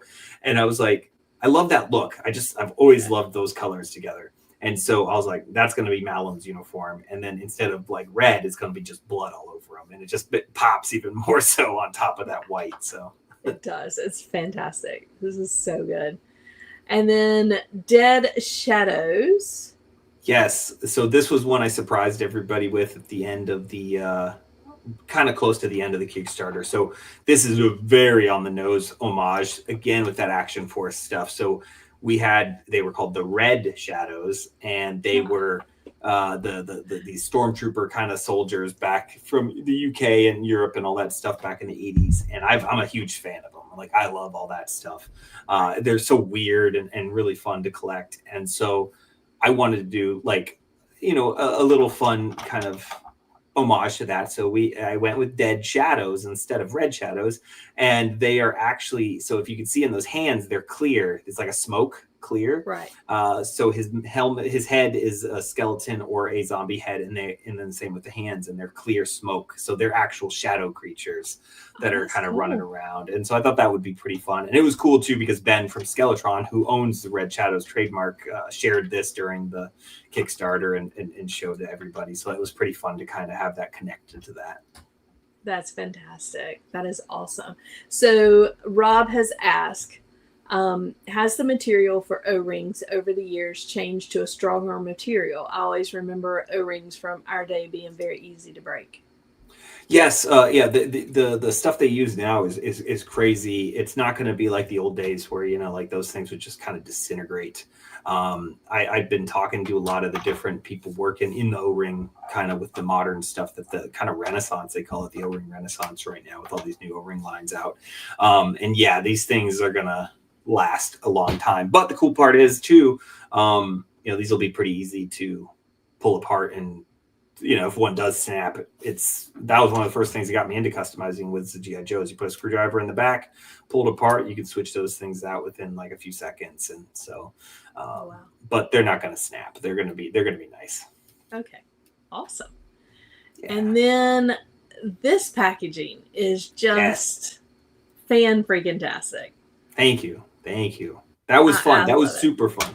I had a ton of fun working on this, and I knew once I had done the Dread Trooper where he had the clamshell case, I was like, I want the box to actually look like a tape. And so I talked to Brian Sauer, who does he runs the G.I. Joe show up in Iowa called Assembly Required, and he does a lot of like work for me on different projects with Grindhouse and stuff like that. And him and I worked on this project to make the packaging, and it came out so good. I'm so happy with how that worked out. Yeah, I mean, even like the tape inside, the little stickers, everything is just spot on for the 80s, growing up watching VHS tapes and going in and renting them and all this. So this is kind of, you've got the collect them all, and I imagine when you get them side by side, this is going to be fantastic. Like, it's going to be so fun. Yeah, it's going to be really cool. And so that was Mark Pennington again, who did this artwork. This was when it wasn't colored yet or anything. I just wanted to kind of show what it would be like through the Kickstarter.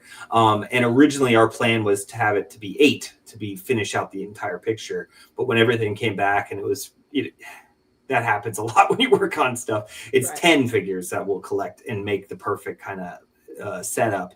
And so there's 2 more figures that will be offered during the backer kit, which will complete that 10 that will make it perfect as the whole set. But man, it's going to be really cool. And the nice thing is it's only on one side. So if people don't want to display the artwork and they don't want to get all of them, they can still have it look kind of like a regular, spine on one side, but the other side, if they want to do the story and the whole picture, they can connect that. And I've always liked that. I always thought that was a really cool idea. Yeah, I think that's fantastic. And then this is just the all-in. So, but you said that in the backer kit, you're going to be able to get even more. Yes. So one of the things we're working on with Brian right now is we're working on it, so nobody hold me to it right now, but it should be fine. I want to do a big slipcase. that will hold all of the figures. And so cool. if I can make it work, the all-ins will come with that slipcase. It'll have those 2 spots open still, though. It'll hold all 8 that the all-in came with. And if you want those other 2 figures, it'll have those spots, so you can put those in there, which will be pretty dang cool, and you can have that whole set. But the box set slipcase thing will look kind of like a ammo can, or not can, but like a wood crate with like World War Hell sprayed on it, and it's just really fun. So, one of the things I always thought was cool with the Horsemen too is like how they do their all-in package, and you could be like, yeah, I want everything, and I want to get to that once we're done with like doing Kickstarters. Because I only really wanted to do the one Kickstarter and kind of get the ball rolling and start making all of this stuff. I want to get it where maybe that whole series comes in a cool thing, and then, hey, I got all this, and then you might get a show exclusive or a thing here and there. They don't have to match with all the artwork. You can still, it's just like the movies. You can just put everything together on your shelf if you want to. But then some will connect like that with story and stuff like that. Oh, that's fantastic. That's so fun. I went through that, and I was looking through your Kickstarter, and I went through it again, and you don't have any females. So that's funny you say that. So I just finished designing one yesterday. Oh, so yay! Okay. Yes, that's running off that first wave. You have to. There's a lot of parts reuse. You know how that is now with like the Mythic Legions and stuff. Absolutely, of that nature. Yeah. It's a lot of the same body. So like with this, just trying to get everything made early on, I had to use all the same body on a lot of the characters, like Spectre and Graves have the same body, or the Green Army Men, stuff like that. But to go for a full new female body, that's a whole thing. And so the one I just finished designing yesterday, she has like a whole new body, and then different heads. And then I'm like, oh, we need new weapons, and we need this and stuff like that. So yeah, it'll be cool. I'm excited for her. Where are you going from? Are you going to continue the story, or we're looking at the Kickstarter. This is your first thing. Like, if you were to think about the next 5 years or the next 10 years, where is this going to go? Are you going to continue this story? Are you going to do other stories? Like, what's the plan? So the plan right now is, yes, I want World War Hell to keep going because there's a lot of story to tell. But I do want to do other stuff as well. If it does well, especially once I have it in hand, like I would love to do another story and I'm also looking into licensing stuff too, because I feel like, the VHS tape would work really well for real things that have already come out, that are maybe actual movies or things of that nature. So looking into some of that, I have other things that Grindhouse is it's not going to go anywhere. We're going to make all kinds of really kind of crazy things. And I got a lot of fun ideas that I think are going to really resonate with people. But yeah, lots planned. All right. Awesome. And I just throw this out there to everybody because I really want it. But, steampunk would be really cool as a figure. Oh, yeah. Absolutely. Yeah. Steampunk is always very fun. I'm just throwing it out there. Yeah. I throw it out there to everybody. Yeah. The steampunk's a fun thing. Bart said, I need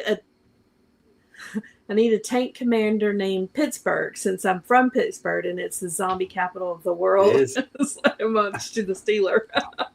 It is. That's a good idea. That is a good idea. I need some tanks too. So while we're doing it, I need some tanks. Yeah. Tanks. And MJ's asking, when does the movie come out, and will it be Grindhouse style?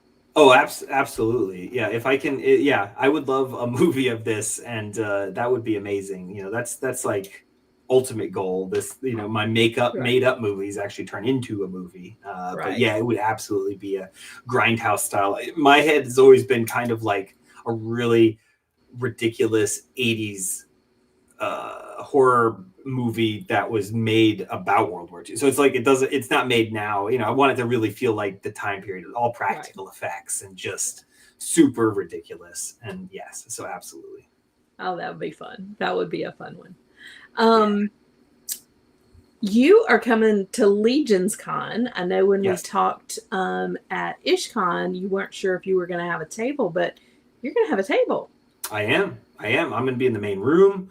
I'm going to have the booth, which is going to be really cool. So I'm driving. I'm not looking forward to that as much because it's like 17 hours, but it's going to be awesome because I'm going to have the whole setup that looks like a Blockbuster, my Grindhouse video store. So people get to come see the figures, the prototypes. They'll come get to see the look with all the posters and the standees and all the whole video store aesthetic. And I'm really excited to have that at the show and talk to all the Legionnaires and all that stuff. Yeah, that's going to be so fun. I was excited to hear that you were actually going to get a table because I know when we talked to IshCon, you were like, no, I'm going to come, but I don't know. So, like, what are you? I know that you're excited to bring your stuff. You're driving up. Kevin and I split it into 2 days. So we leave after work on Tuesday and then drive halfway and then get up the next morning and drive the rest of the way in.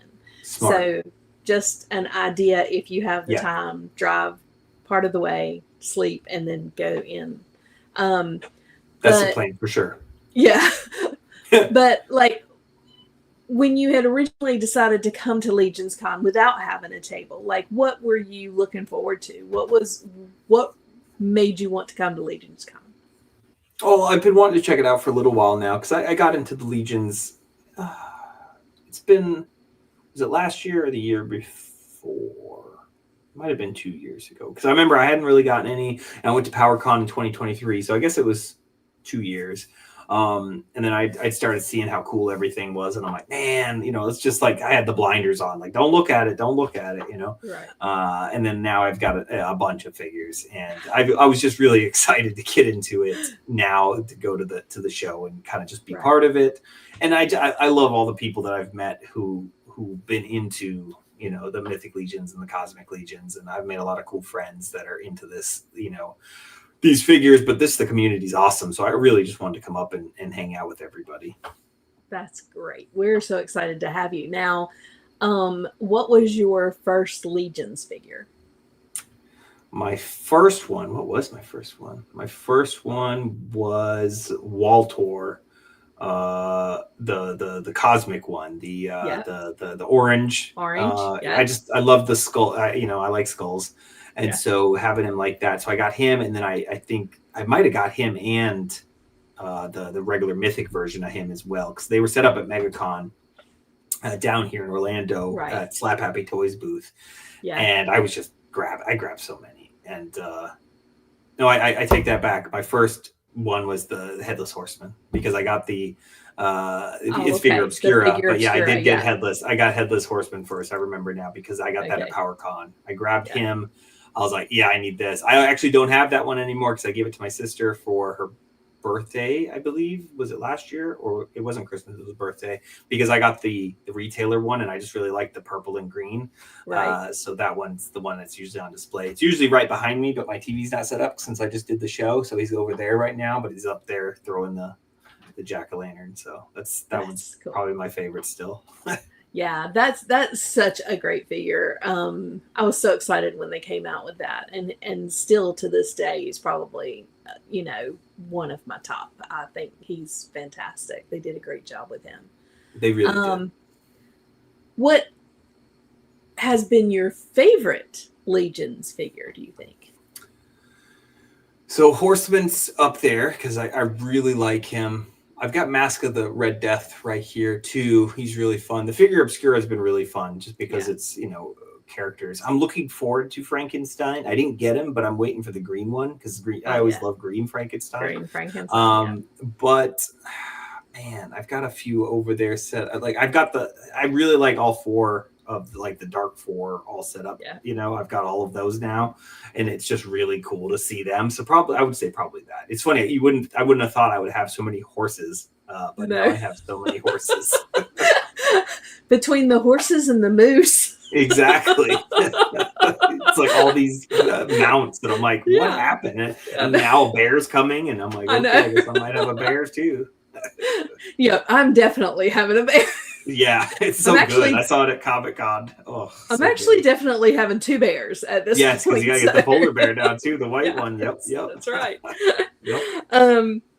So have you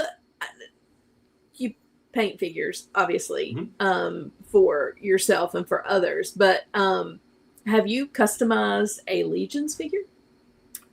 I haven't yet, actually. Like, it's surprising that I haven't done that. I planned on it. I still got to make. I got this from Dirk at IshCon, and so I do. He might be my first that I got to do because I want to make him. The frog made me laugh, and so Dirk gave me this guy, and so I want to make him. I need some parts for him though, so I can get some his little legs and arms. But it just made me laugh to see a frog kind of. They use the dwarf parts, I think, is how he had it set up. So I think that'll be my first one I do, because I rarely get to do anything like customized for myself. Like, I have so many things that I'm like, oh, I'll customize that later, and then it just never happens because I'm always working on something else. Because you're always working on something else. Mm-hmm. Well, we have a big thing at LegionsCon last year, and it's coming up again this year. And I know you said you wanted the frog to be your first one. Yeah. But you really need to pick up a swig. Okay. Oh, yeah. Really need to customize a swig. Even if you just, bring him out of the box and put him on the table. We're trying to get to 1,000. Okay. So yeah, that would be fun. That sounds like a lot of fun. Kevin said a Grindhouse swig would be awesome. Oh, yeah, definitely. I think I need to do that now. So that sounds like fun. Yeah. So we need you to bring a swig with you to LegionsCon to put on the swig table so we can get 1,000 swigs. We're trying our hardest to get 1,000 swigs. So you need to think about that before November. Before November. Okay. Yeah. I'll see what I can do. Yeah, that would be awesome. Rob said you need to go to Monster Palooza next year. Okay. Where is Monster Palooza? I don't know. Rob, where's Monster Palooza? Because he's got to know where to go. All right. It is about. Yeah, we're doing good. Let's pull. I'm going to give you about 2 seconds. One more time. We are going to show. I am going to pull for Thrasis again. You guys can't see it, but I promise I will be up front with you on who wins. It's hashtag Grindhouse. I can't share my screen, or I would, but we do want to pull for this. This was graciously donated by our sponsor, Dragon's Horde here in Greensboro. I love them. It's dragonshordenc.com, and you can go get your toys from them. I believe they've got free shipping on Mythics, and Cosmics. So yes, I got 29 entries. So 3, 2, 1. All right, let's pull. Who is it gonna be? Who is it gonna be?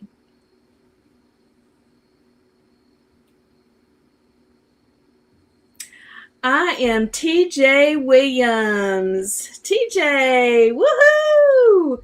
Congratulations. I know you didn't get to see that, but yeah. Congratulations. Congratulations. Please message me in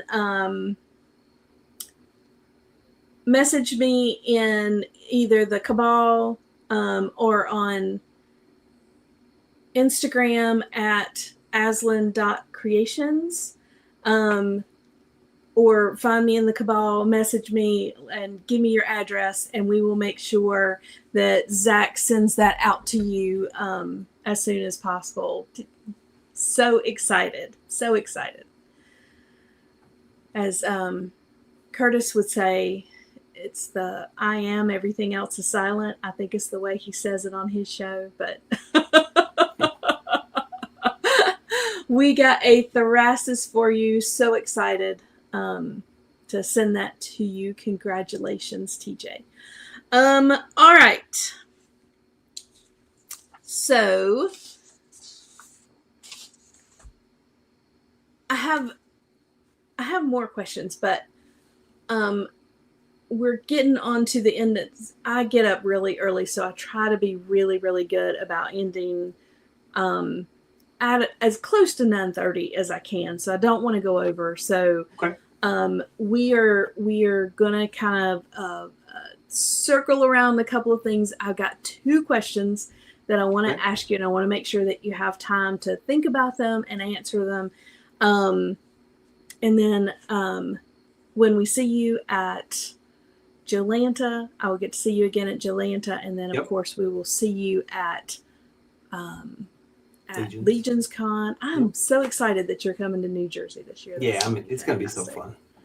And then I got to meet your wife at some point. Is she coming to Jolanta with you? No, it's a hard time right now because the kids got so much stuff going on. But yeah, maybe I can get her next year. It'll probably have to be next year, but she'll come. I'll get her out there. So yeah. We're gonna have to meet and talk. We're gonna have to get to know each other. All right. Absolutely. You have the dragon. You have Beathir. Yes.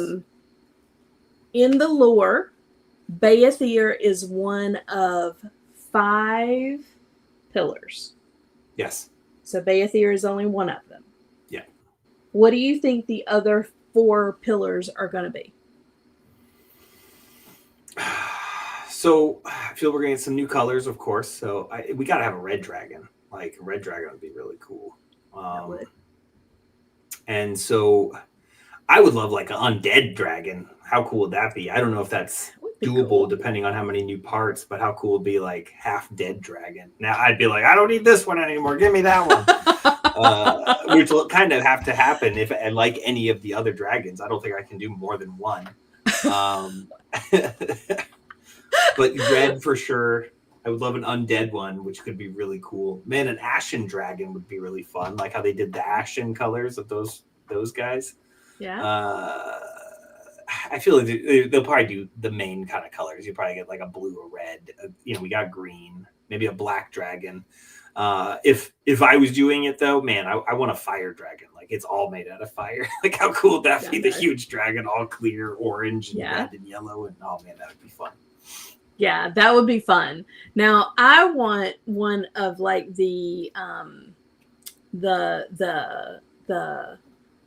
like Chinese dragons, the long ones. Oh yeah, that would be really cool. Do you know what I'm saying? Like yeah. Long. Like what they did with the figure. What they gave us with the figure that's coming out. Yeah. Like I would love to have one of those.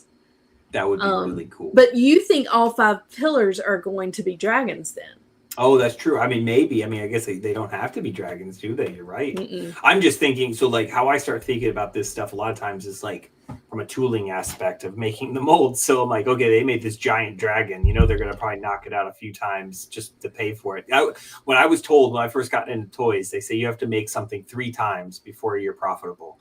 So like it has to be released 3 times before it's worth you to make that mold. So I'm like, man, that thing's massive. Like they got to probably make it a few things with that mold if they can. So we'll see, I guess. Yeah. I don't know. And I think they will come out with another one. I think they'll change up the head. Oh yeah, they would have to do the head. Yeah, they would have to redo the head and possibly the wings. Yep. But yeah, I mean, I think they will probably come out with another color of dragon, but I don't think that all of the 5 pillars are going to be dragons. That makes sense. I feel like they're going to. They talked about any other kind of big lore creatures in the story at all? No. Well, the story's just now evolving. So last year at LegionsCon, the very last show that happens is Curtis and Jesse have a show, Shooting the Shelf. It comes on Sunday nights. And they usually have their show Sunday night. After the show, they do a live show from there. And this past year, Jeremy sat down and said, set sail with us in 2026. So no idea what that means or what's going to happen or where that's going to go. But he did say, let's set sail in 2026. So we're all kind of wondering what it's going to be. William down here has a winged horse with a question mark. Kevin said he wants a giant tree man with a mask, with a moss beard. Would be fun. You know, I think that there's a lot of places that they can go. Yeah. James said Phoenix would be Phoenix cool. is fun. Phoenix would Yeah. be cool. Yeah. So I think there's a lot of, I think there's a lot of things that they can do for those 5 pillars, but I'm just, you know, as the story evolves, I know that there will be other things that, as there should, yeah, different creatures, different monsters. I would love a huge, I don't know how well it would work in the mythic world, but I want a giant Cthulhu would be amazing, like something in that nature. Like it doesn't have to be Cthulhu, but like a giant creature with the tentacles, and that would be a really cool monster. That would be amazing. And William Heston said Griffin, could be a Griffin. Yep. But there's a lot of different possibilities there, and it's exciting to kind of sit back and think about them and think, okay, what could be the other 5 pillars? Because they didn't, you know. Yeah. They can be anything. They could. So they absolutely could be. Yeah. That would be really cool. All right. Last question, and I try to give everybody a heads up on this one because it usually throws people for a loop. What is one thing that you can tell us that you haven't told anybody else? So I thought about it and I felt it was very appropriate. So we talked about the female figure that I designed. Yeah. I'm very excited about it regardless. It's going to happen. So I'll tell you the name and you'll know who it is. So it's Lieutenant Dorothy Gale. So I think awesome. That is fantastic. Yay! I think that's going to be a really cool. And she's a badass, and it's going to be really fun, and I'm really excited how that story's going already. And so maybe she could be done by LegionsCon. I'm not saying yes or no, but maybe, you know, it would be cool to at least see her. Awesome. So. Yes, I would love to see her, and if we can see her at LegionsCon, that would be awesome. Can you do me one favor? Yes. If she's not, even if she is available by LegionsCon, if you have her available, if you have the thing at LegionsCon, Thursday night of LegionsCon, we are doing a live Legions Ladies Live. We will do it up in the room on Thursday night. Can we reveal her? Sure. If she's available. If she's available, show absolutely, because this would be series 2 for sure. So, but like I would like to, now that she's designed, it shouldn't be too hard because we got a few months. It doesn't take my sculptor too long, and I want to get her done anyways. And so I think that would be a fun thing to show. So absolutely. If she's not available for LegionsCon, which is fine, it is completely okay. Will you come back on Legions Ladies Live to reveal her? Oh, of course. Yay! Absolutely. Yeah. All right. That would be awesome. I'm so excited. Awesome. Okay. Chris, I have had the most fun. You are so amazing. And I have had the most fun getting to know you tonight. You're like, thank you. You have done some really cool things in your life. And just, I'm in awe of all the things that you've been able to do and create and have your hand in. And you have what everybody wants to do, which is just play and create with toys. I'm very, very fortunate, and it's been amazing. And thank you for having me on here. It's been a lot of fun. I love talking toys and all of this. And it was cool to have some different types of questions. So that was great. Yeah. When you come on Legions Ladies Live, it is definitely not like being on a lot of the other shows. We asked all the personal questions on here. Which is fine. That's good with me. So we like to get to know you. So now when I see you, like, we're best friends. Do you see what I'm saying? Like, yes, that was perfect. Yeah, like we're best friends now. So when I see you down in Jolanta, we're going to be best buddies. And we are. Yeah, absolutely. Oh, Chris, I had so much fun. Thank you so much. And everybody in the chat, I am awed by you. I thank you so much. Again, we are trying to hit 1,000. If you haven't subscribed, please go subscribe. I think Kevin said we are 328 away from 1,000. I think we can do it at least by the end of LegionsCon. Yeah. So if you're not subscribed, please go do it. We are really, really on the hunt for 1,000. So would be awesome. Doesn't cost you anything. Just click a button and like and comment afterwards and tell me what your favorite Grindhouse toy that is coming out is, and what you would like to see done in the future in the comments after the show. Yeah. Let us know. All right, everybody. I hope you have a wonderful evening. Chris, we will talk again real soon. Looking forward to seeing you soon. 2 weeks. 2 weeks. 2 weeks. All right, you guys have a great evening.